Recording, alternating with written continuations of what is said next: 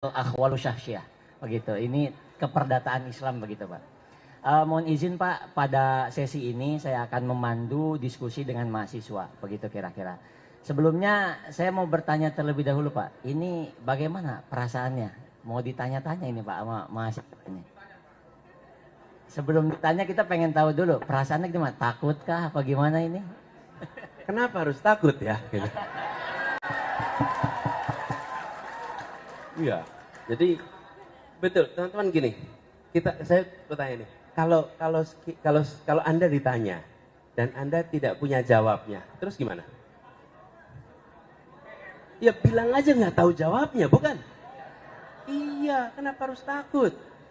Memangnya kalau jadi calon presiden tahu semua urusan? Tahu semua, dan belum tentu. Punya kewenangan bukan berarti punya pengetahuan, oke? Karena itu punya kewenangan harus membuka diri kepada semuanya untuk mendengarkan. Gitu. Jadi kalau nggak tahu, bilang aja nggak tahu. Oke. Berarti ini Pak Anies sudah siap betul mau dibabak belurin oleh pertanyaan kita. Siap ya? Oke. Oke, karena ini acara dari mahasiswa untuk mahasiswa, saya nggak bakal bertanya terlebih dahulu ke Mas Anies, ke Pak Anies. Saya akan lempar dulu ke kawan-kawan mahasiswa. Tar dulu. Sadar dulu, sampai dulu. Santai dulu, turun dulu. Saya kasih untuk satu pertanyaan. Silahkan angkat tangan 3, 2, 1. Oke, abang dulu. Silakan berdiri memperkenalkan diri terlebih dahulu. Oke, Kang Anies, bukan Mas Anies ya. Saya ucapkan selamat datang di Provinsi Banten, khususnya di Kota Serang.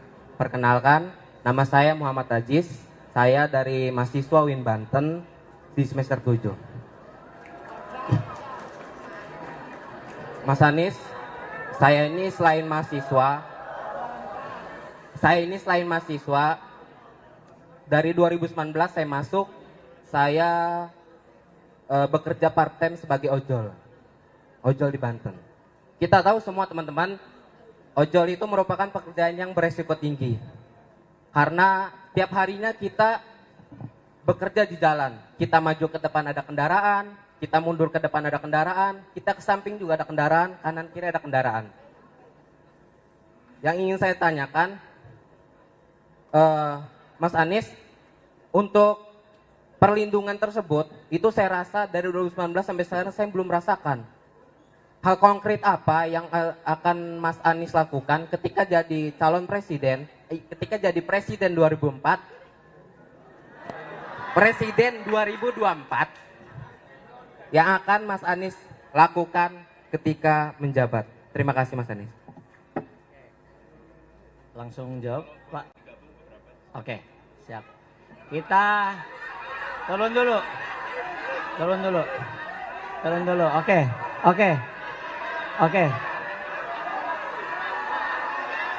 3, 2, 1. Ya, abang dulu. Silakan maju ke depan. Oke, habis ini belakang. Satu lagi belakang.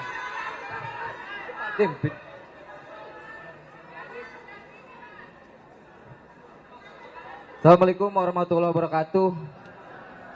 Terima kasih kepada yang memberikan kesempatan untuk bisa bertanya. Perkenalkan, nama saya Alvin Hajrullah. Saya dari FISIP Fakultas Ilmu Sosial dan Politik, jurusan Pemerintahan. Jujur Pak, saya senang banget bisa bertanya langsung kepada Bapak. Jujur Pak, saya juga salah satu orang yang mendukung Bapak karena track record Bapak yang sangat jelas, bagus. Terima kasih. Yang ingin saya tanyakan Pak, jika Bapak menjadi presiden 2024, apakah Bapak akan mau tunduk sama ketua partai? Dan satu lagi Pak, Cukup Bang, jika satu pertanyaan aja. masih sama. Oke. Jika Bapak menjadi presiden juga juga, apakah Bapak mau tunduk juga sama oligarki yang ada di Indonesia, Pak? Terima kasih. Saya Alvin. Baik. Oke, satu lagi ya Pak, biar sekalian. 3, 2, 1. Oke, tetehnya, mangga.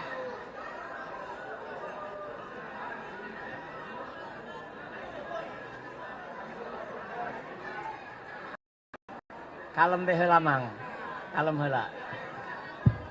Mangga, silakan. Bismillahi, Assalamualaikum warahmatullahi wabarakatuh. Waalaikumsalam. Izin memperkenalkan diri ya Pak. Nama saya Ayu Anjani dari Fakultas Ekonomi Bisnis, jurusan akuntansi. Panggilan Ayu. Universitas Bina Bangsa Pak. Nah, izin bertanya ya Pak. Apakah Bapak berani melaksanakan dan merealisasikan undang-undang perempasan aset dan kalaupun berani, apakah strategi dan mekanisme yang Bapak lakukan untuk menerapkan atau merealisasikan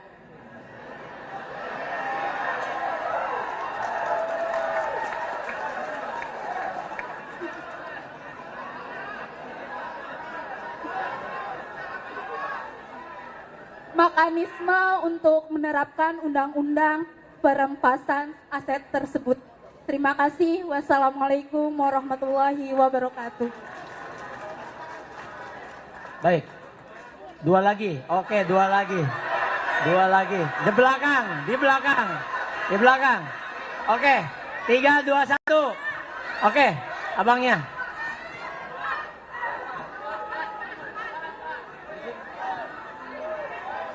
Itu aja. Siap. Kalem heula. Kalem heula, kalem. Siap, siap, siap. Tetap tenang. Mangga. Bismillah, tanpa salam. Mohon izin Pak, perkenalkan nama saya Ihyan. Biasa dipanggil Sunan Pak. Saya mahasiswa luar negeri, tepatnya di Mesir, Universitas Al-Azhar Mesir. Dan kebetulan saya pengurus di PPID, Perhimpunan Pelajar Indonesia di Dunia Pak, yang mencakup 65 negara, yang anggotanya 80.000 kurang lebih. Saya ingin bertanya Pak, semoga ini mewakili aspirasi dari teman-teman saya yang di PPID terkait kebijakan ke luar negeri Bapak untuk diaspora Indonesia yang ada di luar negeri Pak, khususnya pelajar kita yang ada di luar negeri. Karena saya rasa pelajar kita yang di luar negeri ini memiliki potensi yang besar untuk memajukan Indonesia yang masa yang akan datang. Jadi pertanyaan saya Pak, rencana konkret Bapak terkait pemberdayaan diaspora Indonesia di luar negeri, khususnya pelajar kita yang di luar negeri itu apa Pak? Dan secara spesifik Pak, saya ingin bertanya soal imigran ataupun kawan-kawan saya yang ada di Sudan. Karena sekarang Sudan itu kondisinya sedang perang dan mahasiswa Indonesia sedang dipulangkan. Dan status dipulangkan ke Indonesianya itu dia di Indonesianya luntang-lantung Pak. Luntang-lantung, nggak ada kejelasan Indonesianya Pak. Belum ada dari pihak pemerintahnya Pak. Gitu.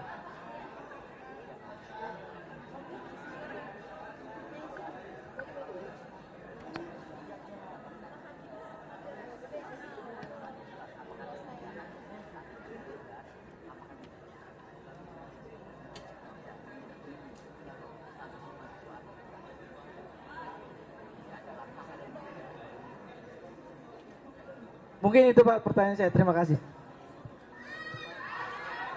Oke. Satu lagi. Satu lagi atau cukup Pak? Oke, satu lagi cewek. Oke.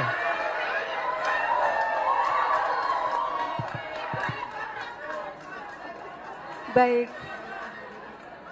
Baik, Assalamualaikum warahmatullahi wabarakatuh. Izin bertanya dan perkenalkan diri, Pak Anies. Saya Intan Indriadi. Saya Ketua Himpunan Mahasiswa Pasca Sarjana Universitas Bina Bangsa. Sekaligus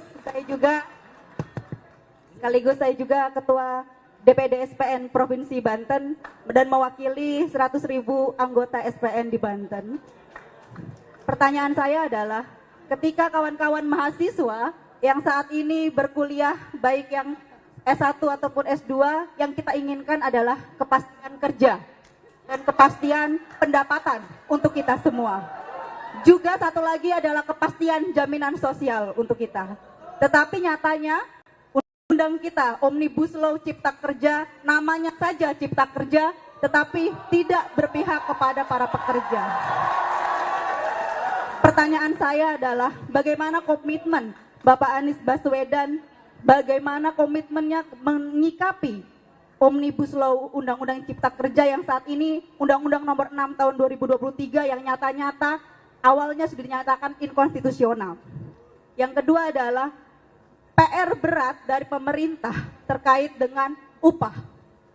Upah menyebabkan banyaknya relokasi tenaga kerja di Banten, banyak sekali relokasi tenaga kerja ke daerah Jawa Tengah ataupun daerah-daerah dengan upah yang rendah karena adanya disparitas upah. Ini yang menjadi PR seharusnya. Jika tidak ada disparitas upah, jika seluruh daerah upahnya sama, setidaknya dengan DKI Jakarta, maka tidak akan ada relokasi, kawan-kawan. Dan ini juga harapannya tidak ada lagi pengangguran dan juga adanya kesamaan dan juga tidak adanya disparitas upah. Dan yang kedua tadi, yang paling saya fokuskan adalah bagaimana komitmen Pak Anies terkait dengan Omnibus Law Cipta Kerja yang saat ini menjadi degradasi untuk seluruh pekerja dan juga mengancam kawan-kawan mahasiswa yang saat ini belajar di masing-masing universitas. Terima kasih.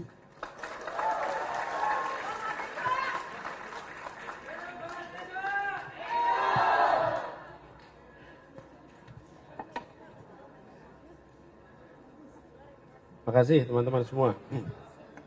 Antusiasmenya luar biasa tadi yang ngacung itu. Semua punya pertanyaan, semua punya harapan. Itu artinya yang hadir adalah orang-orang yang mencintai Indonesia.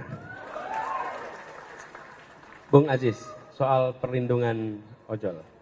Jadi begini teman-teman sekalian, saya mau cerita sedikit yang kami kerjakan di Jakarta. Kami kerjakan di Jakarta itu banyak orang-orang yang bekerja secara informal. Kami beri contoh, ketua RT, ketua RW, mereka itu bekerja untuk publik. Tapi ketika mereka dalam tugasnya mengalami kecelakaan, khususnya kecelakaan, siapa yang akan membantu meringankan biayanya? Ada. Kami di Jakarta itu berikan kepada mereka BPJS, jaminan kesehatan apabila mereka mengalami masalah. Nah, begini, ini adalah sektor informal yang harus mendapatkan perlindungan. Jadi kita nanti akan menyiapkan regulasi yang mengharuskan ada BPJS Ketenagakerjaan untuk para pengemudi ojol di seluruh Indonesia. Sehingga ada jaminan bila terjadi kecelakaan. Itu ya jawabannya, sehingga tenang. Yang kedua, Alvin ya tadi ya. Makasih Alvin. Terima kasih atas kepercayaannya. Insya Allah nanti Anda akan punya rekam jejak yang lebih baik lagi untuk kedepannya. Ya. Pertanyaannya gini. Ini relevan dengan pertanyaan Ayu. Ayu mana tadi Ayu? Ayu tanya, berani nggak melaksanakan undang-undang, bukan melaksanakan, mengundangkan ya, mengundangkan RUU perampasan aset. Ini berani tidak? Kan kira-kira begitu ya, tidak tunduk itu berani, itu sama. Begini teman-teman, nomor satu, di dalam mengambil keputusan, jangan pernah dimulai dengan a priori. A priori itu artinya menyatakan satu pihak sebagai, pokoknya ini yang harus saya lawan. Kenapa teman-teman sekalian? Misalnya tadi Anda mengatakan, hah? Oh adzan, oh. Adzan, kita tunggu sebentar ya.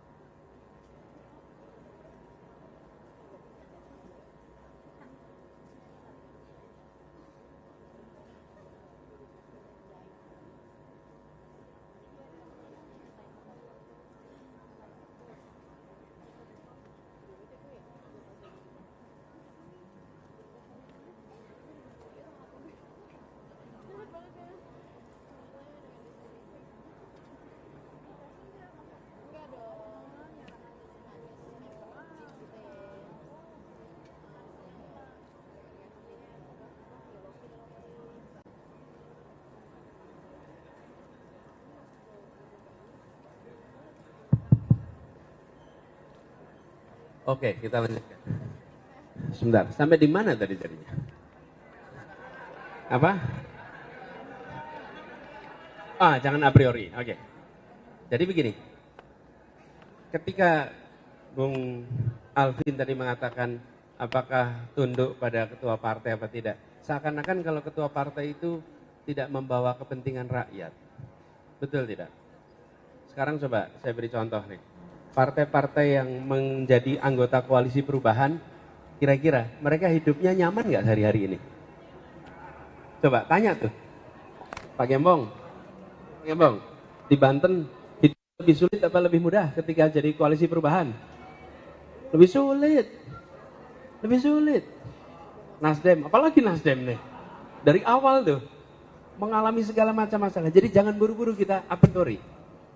Bayangkan mereka memutuskan untuk akibat mengusung gagasan perubahan, mereka mengalami tantangan yang luar biasa besar. Yang begini kita tidak boleh menyatakan a priori. Justru mereka sedang berikhtiar untuk perubahan bagi bangsa ini yang lebih baik. Betul tidak? Iya. Tantangannya besar sekali. Gus Muhaimin begitu dicalonkan nggak lama langsung dipemeriksa langsung. Betul, langsung diperiksa dia. Betul tidak sekalian? Partai Nasdem kurang apa? PKS kurang apa? Bertahun-tahun kalau PKS juga. Pak Surya Paloh mengambil keputusan, sesudah itu dia berhadapan dengan tantangan yang luar biasa banyak. Jadi saya ingin sampaikan bahwa kita melihat harapan. Ada partai-partai yang serius untuk mendorong perubahan. Itu satu. Yang kedua, bagaimana saya mengambil keputusan? Nah, ini kaitannya dengan pertanyaan Ayu. Gini Bang Ayin, Nong Ayu. Satu, prinsip keadilan. Kedua, kepentingan publik. Ketiga, data, common sense, objektivitas. Keempat adalah aturan. Jadi ketika mengambil keputusan, mengambil langkah, dikomunikasikan, dibicarakan. Dan pengalaman saya bertugas di Jakarta, pimpinan-pimpinan partai itu ketika mendengar argumen dan dijelaskan logiknya, menerima. Yang problem itu kalau tidak dijelaskan, kalau tidak diyakinkan. Apakah kemudian ada debat? Ada. Apakah kemudian ada perbedaan pandangan? Ada. Tapi kalau kita tidak bersedia untuk berbeda pandangan dan berdiskusi, maka tidak ketemu titik temu. Begitu didiskusikan ada. Karena itu saya setuju Anda aktif organisasi sekarang. Orang yang aktif organisasi terbiasa berdiskusi, terbiasa tukar pikiran, terbiasa berdebat, dan terbiasa meyakinkan orang. Betul tidak? Iya. Tapi kalau tidak terbiasa, maka putus itu. Jadi menurut saya kuncinya di situ. Yang kedua, tadi soal oligarki. Saya sering sampaikan, saya berikhtiar untuk menegakkan keadilan, bukan memusuhi salah satu, siapapun itu. Jadi termasuk ketika oligarki, kalau Anda tidak mengikuti prinsip menjalankan keadilan, maka Anda berhadapan dengan negara. Itu. Karena negara harus memberikan rasa keadilan. Ketika negara membuat aturan, saya mau tanya nih, ketika kita bikin aturan, apa yang harus kita penuhi? Satu, prinsip keadilan. Dua, memberikan pembagian kebermanfaatan yang jelas. Setiap aturan. Yang ketiga, memberikan kepastian hukum. Jadi kalau membuat peraturan hanya menguntungkan satu dua pihak, aturan tidak benar. Aturan itu harus memberikan manfaat yang jelas kepada semua. Nah, ini juga tadi saya teruskan aja sama pertanyaan dari Nong Intan tadi terkait undang-undang apa? Cipta Kerja. Kami sudah sampaikan berkali-kali bahwa itu akan kami review ulang, memastikan bahwa prinsip keadilan muncul di dalam undang-undang untuk ketenaga kerjaan kita. Di Jakarta saya merasakan persis. Saya kemarin tahun lalu sebelum saya turun, saya mengambil keputusan yang berbeda dengan apa yang menjadi aturan baru. Dan ketika mengambil keputusan yang berbeda itu, saya dituntut ke Pengadilan Tata Usaha Negara. Kenapa? Karena menurut saya pengaturan UMP-nya tidak mencerminkan prinsip keadilan. Saya jelaskan ya dikit.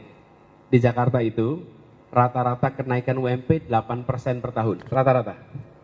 Ketika COVID terjadi tahun 2020, UMP-nya turun, naiknya menjadi 3%. Pada saat, kan memang kondisi ekonominya turun, bukan? Tahun berikutnya, keluar aturan baru, UMP-nya itu naiknya hanya 0,8%. Padahal kondisi ekonomi sudah lebih baik, harusnya di atas 3%. Bukan malah jadi 0,8%. 0,8% itu kira-kira Rp30.000. Bapak Ibu sekalian, teman-teman, Rp30.000 kenaikan itu bisa buat apa coba? Harusnya itu sekitar Rp400.000, harusnya. Apa yang kami lakukan? Kami tetap menggunakan rumus yang lama sehingga kenaikannya 5,1% dan itu menurut kami adalah prinsip keadilan. Walaupun kita tidak sesuai dengan aturan yang dibuat oleh pemerintah pusat. Karena itu tadi, saya urutkan nih prinsip keadilan dulu. Nah, ini yang harus kita kerjakan, insya Allah itu akan kita kerjakan.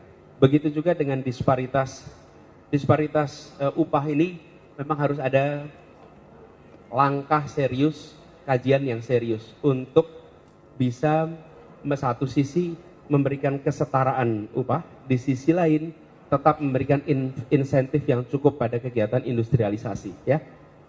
Nah, lalu ada pertanyaan dari mahasiswa internasional nih, Bung Sunan, soal diaspora. Teman-teman tahu ya diaspora ini apa? Apa diaspora itu? Masyarakat Indonesia yang tinggal di luar negeri. Seringkali mereka dianggap tidak nasionalis karena tinggalnya di luar negeri. Jangan pernah dihukum. Mereka dianggap tidak nasionalis. Mereka di sana menjadi, pandanglah mereka sebagai duta-duta Indonesia di berbagai tempat di dunia. Pandang itu begitu. Lalu kami merasa mereka harus jadi mitra pemerintah, jangan malah dijauhi. Diaspora itu menjadi promotor Indonesia. Dan saya pribadi ingin sekali menyaksikan makin banyak perusahaan-perusahaan internasional, lembaga-lembaga internasional yang diisi oleh orang-orang Indonesia. Bayangkan, kalau lembaga-lembaga internasional diisi orang-orang Indonesia, maka kebijakan-kebijakan dia bisa memberikan manfaat kepada Indonesia. Hari ini yang mendominasi kalau dari Asia, 1 India, 2 Filipina, 3 Jepang. Indonesia minim. Kita harus lebih banyak. Jangan hanya jadi jago di rumah sendiri, tapi harus jadi tuan rumah, tamu mempesona di negeri orang. Gitu kira-kira pegangan prinsipnya itu. Jadi Bung kami akan dukung. Yang kedua, tidak boleh ada mahasiswa terlantar. Bila ada evakuasi karena krisis, apakah karena peperangan, apakah karena bencana alam, dan mereka dipulangkan ke Indonesia atas alasan keselamatan, maka negara harus membantu untuk menyiapkan agar status kemahasiswaannya dan kuliahnya tidak terputus. Karena itu bagian dari kewajiban kita. Dan kita pernah melakukan itu. Teman-teman sekalian, di tahun 2000-an ada konflik di Ambon, Universitas Patimura tutup. Apa yang terjadi? Mahasiswanya kemudian ditampung oleh berbagai universitas di seluruh Indonesia. Bisa itu dikerjakan. Dan mereka kemudian lulus dari berbagai kampus di Indonesia. Jadi itu bisa, yang penting apa? Ada kemauan. Insya Allah kemauan itu ada. Dan insya Allah itu bisa dilaksanakan. Gitu ya. Makasih. Begitu Bung Adi. Oke, tepuk tangan untuk Pak Anies Baswedan.